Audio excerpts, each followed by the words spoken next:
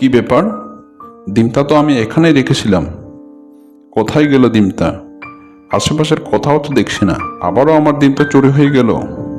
পড়ি সে এক মহাঝামেলায়। যে বনে ডিম পারি সেখান থেকেই ডিম চুরি হয়ে যায়। কি যে করি!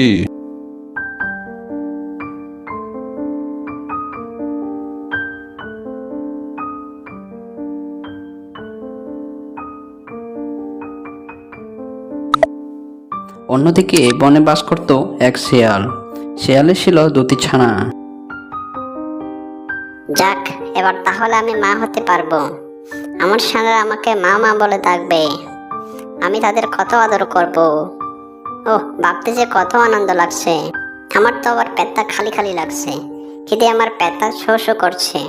যাই, বন থেকে কিছু শিকার ধরে আনি। এরপরে আবার সানাদের দেখাশোনা করতে হবে যে। এ বলে শিয়ালটি চলল খাবার খুঁজতে। হঠাৎ করে শিয়ালের চোখে পড়ল চকচকে একটি ডিমের উপর।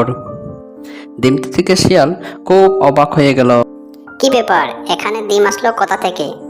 আশেপাশে তো কাউকে দেখতে পাচ্ছি না। কিন্তু আমি যদি ডিমটা এখানে রেখে যাই, তাহলে বনের অন্য পশুরা ডিমটি খেয়ে ফেলবে। বাসায় তো আমার দুটো ছানা রয়েছে।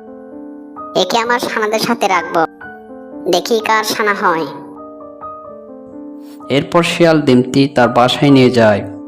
এভাবে বেশ কিছুদিন চলে যায়। একদিন ডিম থেকে একটি ডাইনোসরের ছানা বেরিয়ে আসে। ওরে বাবারে, এ তো দেখছি ডাইনোসরের ছানা। এই ডাইনোসরের ছানা তো এখন আমার ছানাদের তোকে খাবে, আর আমাকেও খাবে। ডিমটা জঙ্গলে পড়েছিল, ভালোই ছিল। ডিমটাকে বাসায় এনে নিজের বিপদ নিজেই ডেকে আনলাম। মা, আমার অনেক খিদে লেগেছে, আমাকে কিছু খেতে দাও। একই, এই ডাইনোসরের ছানাটা তো দেখছি আমাকেই মা বলে ডাকছে। কিন্তু আমি এত বড় ডাইনোসরের ছানাকে কোথা থেকে এত খাবার এনে দিব? আমি তো শত শত শিকার ধরে খাই, আর শত শত শিকার দিয়েই তো আর এর পেট ভরবে না। এর শিকার জোগাড় করতে গিয়ে তো আমাদের না খেতে পেয়ে মরতে হবে। শোনো ছানা, আমি তোমার মা না, তোমার মা কোনো ডাইনোসর হবে। আমরা হলাম শিয়াল, শত শত শিকার ধরে খাই, আর এসব দিয়ে তোমার পেট ভরবে না। আমি এক কাজ করি, তোমাকে জঙ্গলের মধ্যে তোমাকে ছেড়ে দিয়ে আসি। তুমি জঙ্গলে চলে যাও। নিশ্চয় তোমার মায়ের ডিম কেউ চুরি করেছিল। সেই ডিম তোমার মা নিশ্চয় এখনো খুঁজে বেড়াচ্ছে। তোমার মা তোমাকে দেখলে নিশ্চয় চিনে ফেলবে। কিন্তু ডাইনোসর শিয়ালের কোনো কথা শুনে না। ডাইনোসর শিয়ালকে মা মা বলে ডাকতে থাকে। শিয়াল আর ডাইনোসরের ছানা এসব কথা বলছিল। তখন ওই বনের একবার সব কথা শুনে ফেলে।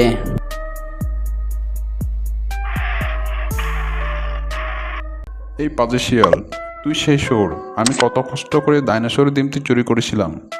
ভেবেছিলাম গোসল করে এসে ডিমটি চেটে পুঁতে খাবো, আর সেই সুযোগে তুই ডিম এনে বাচ্চাও জন্ম দিলি।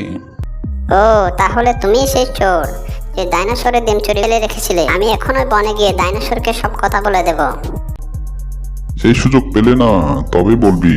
ভেবেছিলাম শুধু ডাইনোসরের ছানাকে খাবো, এখন তো দেখছি তোকেও খেতে হোক, সাথে তোর ছানার চোখেও খাবো। করে তুমি আমার ছানা আর ডাইনোসরের ছানাকে খেও না।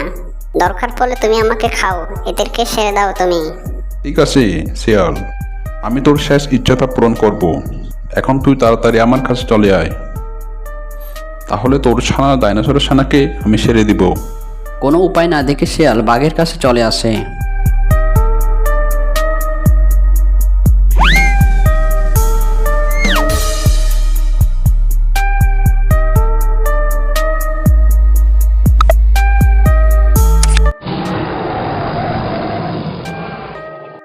এ আমি কি দেখছি? এটা দেখছি আমার ছানা। আর এখানে আসলে কি হচ্ছে? এরপর শিয়াল ডাইনোসরকে সব কথা খুলে বলে।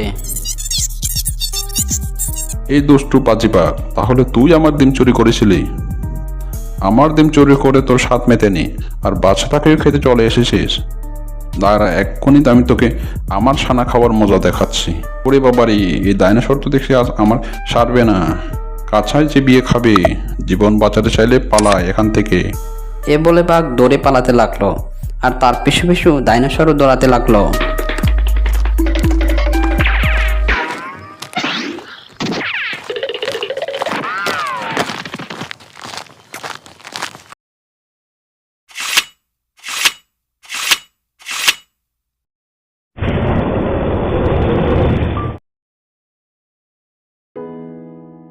একটি সত্য বন ছিল, আর সেই বনে অনেক পশু পাখি বাস করত।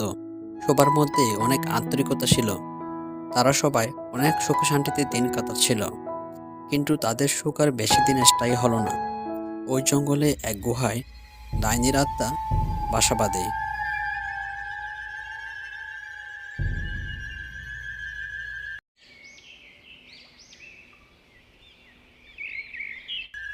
আর রাত হলে সে ডাইনির আত্মা জঙ্গলের পশু পাখিদের ধরে ধরে খেয়ে ফেলতে থাকে। এরপর একদিন সবাই এক জায়গায় বসে পরামর্শ করতে থাকে। এই ডাইনি তার রাতে পশু পাখি ধরে ধরে খাচ্ছে। এভাবে যদি চলতে থাকে তাহলে আমরা তো সবাই ধ্বংস হয়ে যাব। ওর হাত থেকে বাঁচার জন্য এটা ফন্দি বের করতে হবে। কি ফন্দি? কিন্তু ওই ডাইনির আত্মা তো খুবই চালাক। আমরা সবাই আমাদের বাড়ির সামনে দরজায় উপর লিখে রাখবো যে বাড়িতে কেউ নেই। তাহলে ওই ডাইনিটা ভাববে আমরা সত্যি সত্যি কেউ নেই। এরপর সে আমাদের না খেয়ে চলে যাবে। এরপর সবাই শিয়ালের কথা মতো যার যার ঘরের দরজার সামনে লিখে দেয়, বাড়িতে কেউ নেই। এদিকে রাত হতে যার যার ঘরে ঢুকে দরজা লাগিয়ে ঘুমিয়ে পড়ে।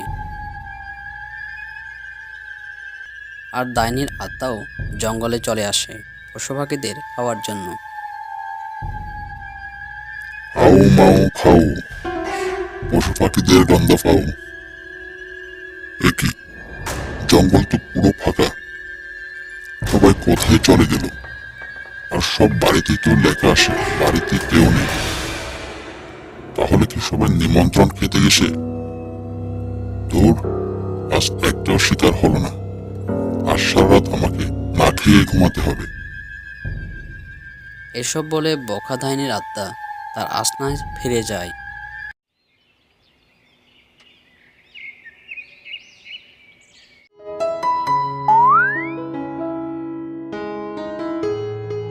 বলতো হাঁস চুরি করে খেতে এসে এসব কি দেখছে? বাঘমামা আর কেঙ্গুটা তো হাঁস নিয়ে লড়াই করছে। চল, আমাদেরকে কিছু একটা বুদ্ধি করে হাঁসগুলো খেতে হবে।